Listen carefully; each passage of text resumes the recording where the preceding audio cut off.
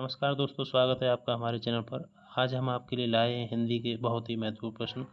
ये ऐसे प्रश्न हैं जिनकी परीक्षा में गलत होने की संभावना रहती है। साथ ही ये प्रश्न किसी न किसी एग्जाम में पूछे गए हैं और हमने भिन्न भिन्न प्रश्न पत्रों से इन्हें तैयार किया है। परीक्षा में पूछे जा चुके प्रश्नों से संबंधित और भी वीडियो हम पहले बना चुके हैं, जिनका लिंक आपको इस वीडियो के डिस्क्रिप्शन में मिल जाएगा, या उन वीडियो को आप हमारे चैनल पर जाकर भी देख सकते हैं। छोटे से वीडियो में हम बहुत ज़्यादा प्रश्न कम समय में रखते हैं, जिससे आपका समय बर्बाद ना हो और उतना ही समय लगे जितना आपको इतने प्रश्न किताब में पढ़ने में समय लगता है। ज़्यादा देर न करते हुए चलते हैं पहले प्रश्न की ओर। जैसा कि आप स्क्रीन पर देख रहे हैं कि युधिष्ठिर का सही संधि विच्छेद क्या होगा। तो युधिष्ठिर यहाँ पर हमारा ABC 4 प्रकार से लिखा हुआ है। तो इसका जो सही आंसर हो जाएगा हमारा सही आंसर हो जाएगा वो है ऑप्शन सी। ऑप्शन सी पर जो लिखा हुआ है युधिष्ठिर युद्ध धन स्थिर, ये हमारा युधिष्ठिर का सही संधि विच्छेद हो जाएगा। नेक्स्ट क्वेश्चन हम चलते हैं। रामायण का सही संधि विच्छेद क्या होगा। तो रामायण के जो संधि विच्छेद हैं उनको भी हमने यहाँ पर ABCD 4 प्रकार से यहाँ पर लिखा हुआ है, और परीक्षा में इसके गलत होने की संभावना रहती है, इसलिए हमने उन्हीं क्वेश्चनों को इसमें रखा है। तो राम धन अयन जो तीसरा ऑप्शन है सी है, वही इसका सही हो जाएगा, राम धन अयन। नेक्स्ट है पुनर्जन्म का सही संधि विच्छेद क्या है। तो पुनर्जन्म मतलब यहाँ 3-4 प्रकार से लिखा है, वहाँ 4 प्रकार के अलावा 4 ऑप्शन तो होते ही हैं, लेकिन वो चारों ऑप्शन ऐसे होंगे कि हो सकता है और भी ज़्यादा कन्फ्यूजन वाले हों। यहाँ तो आप अंदाजे से देख सकें कि ये हो सकता है, लेकिन वहाँ इस प्रकार का कन्फ्यूजन किसी क्वेश्चन में खड़ा हो जाएगा कि आप निर्णय नहीं ले पाएंगे कि सही इसका आंसर कौन सा है। तो लेकिन आपको एकदम पूरी तरह से ध्यान में रखना है कि पुनः जन्म जो ऑप्शन नंबर ए है, तो ये इसका सही आंसर हो जाएगा पुनर्जन्म का। निम्न में से रसराज किसे कहा जाता है। ये क्वेश्चन हमने इसलिए रखा है कि ये कई बार पूछा गया है, हो सकता है आपको मालूम हो, लेकिन ये कई बार रिपीट हुआ है बहुत से एग्जाम में, और रस में से ये क्वेश्चन पूछ ही लिया जाता है। तो शांत रस, विवत्स रस, वीर रस और श्रृंगार रस, तो इनमें से वो पूछा जा रहा है कि रसराज किसे कहा जाता है, कौन से रस को। तो इसका जो ऑप्शन सही हो जाएगा वो श्रृंगार रस हो जाएगा, और श्रृंगार रस हमारा इसमें डी ऑप्शन है। चलते हैं नेक्स्ट क्वेश्चन की तरफ। खड़ी बोली वाला भी प्रश्न पूछ लिया जाता है, हो सकता है कि बहुत से लोगों को मालूम हो और कन्फ्यूजन में गलत हो जाए। खड़ी बोली का दूसरा नाम क्या है। मगही, बघेली, कौरवी, इनमें से कोई नहीं। तो इसका जो सही आंसर है खड़ी बोली का कौरवी के नाम से जानते हैं। नेक्स्ट है नीलगाय में कौन सा समास है। क्वेश्चन समास से लिया गया है कि नीलगाय में कौन सा समास पूछा गया है। तत्पुरुष, बहुव्रीहि, अव्ययीभाव और कर्मधारय। साथ ही साथ इसमें जो आंसर हो जाएगा हमारा वो तो कर्मधारय हो ही जाएगा, क्योंकि देखिए कर्मधारय में विशेषण विशेष का उपमा उपमेय का संबंध रहता है। और तत्पुरुष इसलिए नहीं है क्योंकि यहाँ पर तत्पुरुष में विभक्ति के चिन्हों का लोप होता है। बहुव्रीहि में एक तीसरा ही आंसर निकल के आता है, जैसे दशानन हो गया, चक्रपाणि हो गया और पीताम्बर हो गया। और अव्यय भाव इसलिए नहीं है कि यहाँ अव्यय भाव में अव्यय लगा होता है आगे, प्रतिदिन, भरपेट, इस प्रकार से। तो ये जो नीलगाय कर्मधारय वाले क्वेश्चन बहुत पूछे जाते हैं, क्योंकि विशेषण विशेष और उपमा उपमेय में बहुत से लोग अंतर और नहीं समझ पाते हैं, मतलब उनकी समझ से थोड़ा सा बाहर हो जाता है ऐसा क्वेश्चन। तो नीलगाय से ही मतलब नहीं है कि नीलगाय वाला क्वेश्चन आएगा, इस प्रकार से चरण कमल वगैरह इस तरह से कोई भी क्वेश्चन रख दिया जाएगा तो या तो वहाँ पर उपमा उपमेय बनेगा या फिर वहाँ पर विशेषण विशेष का संबंध बनेगा। तो चलिए नेक्स्ट क्वेश्चन है, इसको थोड़ा सा इसलिए बता दिया है कि चारों ही क्वेश्चन ऑप्शन इसमें दिख रहे हैं वो क्लियर हो जाए। उपकार का विलोम क्या होगा। उपकार का विलोम क्या होगा। तो प्रतिकार, अपकार, परोपकार, अनुपकार। तो इसका जो सही आंसर हो जाएगा वो हो जाएगा अपकार, ऑप्शन नंबर बी। नेक्स्ट है क्वेश्चन, अथ का विलोम क्या होगा। अथ का विलोम ABCD इस प्रकार से दिया हुआ है, तो अंत प्रारंभ हो सकता है आप गलत कर दें, तो लेकिन इसमें अथ का जो विलोम हो जाएगा वो इत हो जाता है। तो ये बहुत कम, मतलब ज़्यादा चांस रहता है मतलब गलत होने का, इस प्रकार के जो क्वेश्चन बन जाते हैं। नेक्स्ट है जो आँखों के सामने हो उसे क्या कहते हैं। तो यहाँ पर हो सकता है आप परोक्ष या प्रत्यक्ष कर दें अगर जानकारी का अभाव है तो। हिंदी वालों को तो कोई प्रॉब्लम नहीं है, जो लोग पीसीएम से रहते हैं, मैथ वगैरह पढ़े हैं, हिंदी पर इतनी रुचि नहीं रही है, तो उनको किसी प्रकार से थोड़ा सपोर्ट चाहिए किसी एग्ज़ाम में कि वो अपने एग्ज़ाम को क्वालिफाई कर सकें हिंदी का सहारा लेते हुए। तो एकदम सटीक जानकारी है इसमें, वही क्वेश्चन है। और भी वीडियो हैं उनमें सारे क्वेश्चन इसी प्रकार से हमने शामिल किए हैं। तो इसमें जो आँखों के सामने हो उसको क्या कहेंगे, तो उसको प्रत्यक्ष कहेंगे। उसका सही आंसर हो जाएगा प्रत्यक्ष हो जाएगा। नेक्स्ट है दोपहर के बाद का समय, ये बहुत कन्फ्यूजन कर देता है। पूर्वाह्न, अपराह्न, मध्याह्न, ये सब उसमें पूछा जाता है, तो यहाँ कन्फ्यूजन में आ जाते हैं। तो दोपहर के बाद का जो समय है वो हो जाएगा अपराह्न। इसका जो सही आंसर हो जाएगा अपराह्न। पूर्वाह्न क्या है, दोपहर के पहले का समय हो जाएगा। मध्याह्न दोपहर का समय हो गया, इस प्रकार से। नेक्स्ट है तो मध्याह्न पूर्वाह्न, ये भी बहुत कलम तोड़ना अक्सर करके गलत हो जाता है, नहीं समझ पाते उस चीज़ को। ऑप्शन इस प्रकार रहेंगे कि आप कन्फ्यूजन में पड़ जाएंगे। तो सीधा एकदम से याद रखिए, इसका जो ऑप्शन है वो सही हो जाएगा। डायरेक्ट हम बताते हैं अनूठी उक्ति लिखना, लेकिन यहाँ पर हो सकता है आप लिखे हुए को काट देना या कुछ भी हो सकता है, और भी कन्फ्यूजन वाले ऑप्शन हो, लेकिन अनूठी उक्ति लिखना कलम तोड़ना का संबंध है इससे। नेक्स्ट है दो वर्णों के मेल से होने वाले विकार को क्या कहते हैं। तो ये क्वेश्चन दो शब्दों के मेल के होने वाले विकार को क्या कहते हैं, या दो वर्णों से।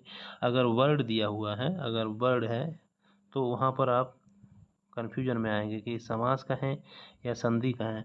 लेकिन अगर यहाँ वर्ड दिया हुआ है तो एकदम से इसका आंसर संधि है। वर्ड देखिए, हिंदी वर्णमाला में ये वर्ड होते हैं, ये वर्ड है, इनको वर्ड बोला जाता है, ये वर्ड है।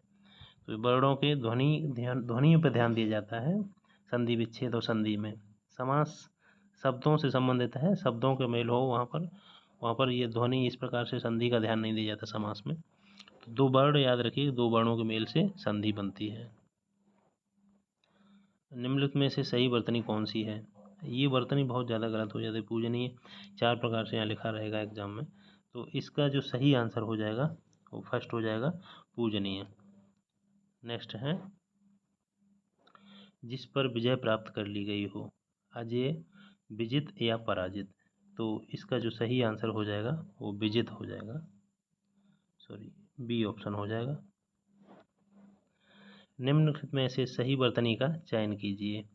तो जिजीविषा बहुत बार पूछा गया है, कई सेटों में पूछा गया है। तो जिजीविषा में ये जो सा है तमाम प्रकार से वह कन्फ्यूजन खड़ा कर देता है, लेकिन आप एकदम से फिगर अपने माइंड में बना लें। इसका जो सही आंसर ये रहेगा। नेक्स्ट, अध्ययन की सही वर्तनी क्या है। अध्ययन वाला भी मेरा उद्देश्य ही इस वीडियो में क्वेश्चनों को, देखिए मैं जानता हूँ कि आप सब कहीं ना कहीं तैयारी अच्छे से कर रहे हैं और सारी चीज़ें, लेकिन आपको एक इस प्रकार से समय दे पा रहा हूँ कि मतलब बढ़िया से वो क्वेश्चन निकाल सकें जो कि याद होने के बाद, पढ़ाई करने के बाद भी कहीं ना कहीं गलत हो जाते हैं, कोई ना कोई मिस्टेक हो जाती है, नहीं ध्यान रहता है। तो इस प्रकार का मतलब स्तर मानते हुए मैंने ये वीडियो को तैयार किया है। तो अध्ययन अक्सर करके गलत होने का चांस रहता है, और मुझे लगा कि ये गलत होने का चांस है, इसलिए मैंने इस क्वेश्चन को सम्मिलित किया है। तो अध्ययन 4 प्रकार से लिखा हुआ है, तो इसका ऑप्शन जो है बी हो जाएगा। ये डबल ए यहाँ पर हमेशा ध्यान देंगे। दोहा के प्रथम और तृतीय चरण में कितनी मात्राएं होती हैं।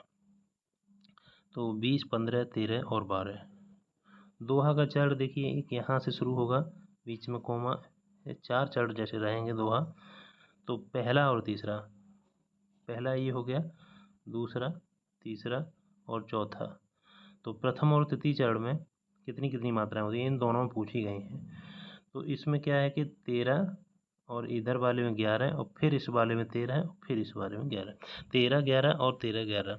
तो यहाँ पूछा गया है तृतीय, प्रथम और तृतीय, तो इसमें 13 13 मात्राएं होती हैं। प्रथम और द्वितीय पूछा जाता तो 13, 11, और द्वितीय और चतुर्थ पूछा जाता तो 11 11 मात्राएं। इस प्रकार से कोई क्वेश्चन बन सकता है, या पूछ लिया जाए कि मतलब प्रथम और चतुर्थ में क्या होती हैं, तो भी 13 11। तो कहने का मतलब है दोहा में इस प्रकार से मात्राएं होती हैं, 13 11 13 11। नेक्स्ट है, जहाँ बिना कार्य का होना पाया जाए वहाँ कौन सा अलंकार होता है। विरोधाभास होता है, विभावना होता है, विशेषोक्ति होती है, या इनमें से कोई नहीं। तो इसका जो सही आंसर हो जाएगा,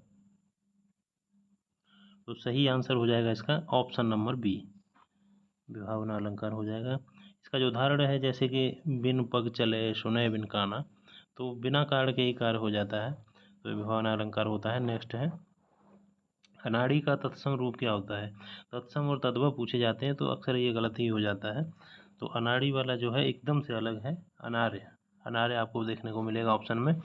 तो अनाड़ी का तत्सम रूप अनार्य होता है। तत्सम शब्द वो होते हैं जो संस्कृत से ज्यों के त्यों हिंदी में इस्तेमाल में आ रहे हैं, उन्हें तत्सम कहते हैं, तत्सम शब्द कहते हैं। तद्भव है कि संस्कृत के शब्द थे, लेकिन धीरे धीरे उनमें बदलाव होते होते वो मतलब एकदम रूप ही अपना बदल गए और तद्भव के रूप में पहुंच गए हैं, और तत्सम एकदम संस्कृत की तरह है। नेक्स्ट है, गेहूं का तत्सम रूप क्या है? तो गोधूम, चावल, जोधा, इनमें से कोई नहीं। तो इसका जो सही ऑप्शन हो जाएगा वो गोधूम है, गेहूं का तत्सम रूप। ये पूछे जाते हैं, कई में पूछे गए, इसलिए पूछे जाते हैं कि इसमें बिल्कुल संपर्क ही नहीं रखते हैं, ये अलग लगता है ऑप्शन, ये हो ही नहीं सकता है। रामचरितमानस के रचयिता मैंने इसलिए शामिल किए हैं, वो तुलसीदास हैं, और रामायण के रचयिता पूछे जाते हैं तो वो वाल्मीकि हैं। तो इसका जो सही आंसर हो जाएगा रामचरितमानस, जो हिंदी में है तुलसीदास हैं, वाल्मीकि की जो रामायण है वो संस्कृति में है। नेक्स्ट, रहमन पानी राखिए बिन पानी सब सून में कौन सा अलंकार है? तो श्लेष, अतिशयोक्ति, यमक और अनुप्रास। तो इसमें श्लेष अलंकार है, इसमें श्लेष अलंकार है। पानी शब्द यहाँ पर 2 बार आया है और अलग अलग अर्थ प्रकट करता है यहाँ पर, इसलिए श्लेष अलंकार हो जाता है। यमक अलंकार का भी कई उदाहरण जो बहुत महत्वपूर्ण है। चलिए, अलंकार का यहाँ पर ज़्यादा सम्मिलन नहीं किया है, 1-2 क्वेश्चन जो एग्जाम में पूछे गए हैं, बार बार रिपीट हुए हैं, उन्हीं को ले लिया है। ये कई साइड में देखा गया है। निम्न में से कौन एक संयुक्त व्यंजन नहीं है? संयुक्त व्यंजन पूछ लिया जाता है, ये वर्णमाला से क्वेश्चन है, त्र, स्र, छ और स। तो इसमें संयुक्त जो व्यंजन है वो स नहीं है, लास्ट वाला जो डी है ना, ये नहीं है। नेक्स्ट है, अनुनासिक व्यंजन कौन से होते हैं? तो वर्ग के प्रथमा अक्षर, पंचमा, तृतीय अक्षर और इनमें से कोई नहीं। तो वर्ग के ये पंचमा अक्षर होते हैं, जैसे कचट तप है, क च ट त प, इनको वर्ग बोलते हैं। का, खा, गा, गा, गा, चा, छा, जा, ये। तो ये 5वां जहाँ पड़ता है, वही 5वां जो वर्ड है वो अनुनासिक व्यंजन होता है। नेक्स्ट है, कृत प्रत्यय किन शब्दों के साथ जुड़ते हैं? संज्ञा के अंत में, विशेषण के अंत में, सर्वनाम के अंत में, क्रिया के अंत में। तो ये क्वेश्चन बहुत पूछा जाता है, और जिसने नहीं हल्के में लिया है या याद नहीं किया वो गलत कर ही देगा। तो कृत प्रत्यय है जो क्रिया के अंत में जोड़ा जाता है। प्रत्यय क्या है कि ये शब्द के अंत में जोड़े जाते हैं, उपसर्ग शब्द के आदि या मतलब शब्द के पहले जोड़े जाते हैं, कहने का मतलब ये है। नेक्स्ट है, विकारी शब्द कौन से होते हैं? विकारी और अविकारी से क्वेश्चन पक्का पूछ लिया जाता है। तो संज्ञा, क्रिया, विशेषण, संज्ञा, सर्वनाम, विशेषण, क्रिया, विशेषण, क्रिया, विशेषण, ये कौन से हैं? तो एकदम इसका जो आंसर हो जाएगा संज्ञा, सर्वनाम, विशेषण और क्रिया। ये आप 4 याद रखेंगे, यही 4 हैं, संज्ञा, सर्वनाम, विशेषण और क्रिया, ये 4 हैं जो विकारी शब्द होते हैं। विकारी शब्द और अविकारी शब्द का वीडियो और भी हमारे पड़े हुए हैं, उसमें स्पष्ट बताया गया है कि विकारी और अविकारी में क्या अंतर है। विकारी शब्द वो होते हैं जिनमें विकार उत्पन्न हो जाता है, लिंग के आधार पर या वचन के आधार पर, इस प्रकार से बदलाव होता है। लेकिन किंतु परंतु वाले इस तरह के जो अविकारी होते हैं उनमें कोई बदलाव नहीं होता है। इसका और भी विस्तार में वीडियो हमारे चैनल पर है, आप देख सकते हैं। नेक्स्ट चलेंगे, वाच्य कितने प्रकार के होते हैं? 4, 3, 2, 5। तो इसको ज़्यादा नहीं, लेकिन इतना याद रखेंगे कि ये 3 प्रकार के होते हैं। ये क्वेश्चन भी पूछ लिया जाता है कभी कभी, और वाच्य पे हम ध्यान ही नहीं देते हैं। वाक्य के घटक कौन से हैं? तो उद्देश्य और विधेय, कर्ता और क्रिया, कर्म और क्रिया, उद्देश्य और कर्ता। तो उद्देश्य और विधेय इसका सही आंसर हो जाएगा। नेक्स्ट है, से अलग होने के लिए, ये क्वेश्चन जो है विभक्ति से लिया गया है। अलग होने के संबंध में से का सेंस दिखाएगा और उसका सेंस रहेगा अलग होने के लिए। जैसे पेड़ से पत्ता गिरता है, तो पेड़ से शब्द आ गया, उसमें से आ गया है, दिखने में लगेगा कि आपको से है, लेकिन वहाँ बस से जाना या राइफल से, तो यहाँ जो से है वो अलग होने के लिए है, पेड़ से जो पत्ता है वो अलग हो गया है। तो इसका जो सही आंसर हो जाएगा वो अपादान। नेक्स्ट है, उपसर्ग का प्रयोग कहाँ होता है। जैसे मैंने पहले आपको बता दिया है कि शब्द के अंत में होता है प्रत्यय का और शब्द के आरंभ में होता है उपसर्ग का। तो इसका जो आंसर हो जाएगा सी हो जाएगा।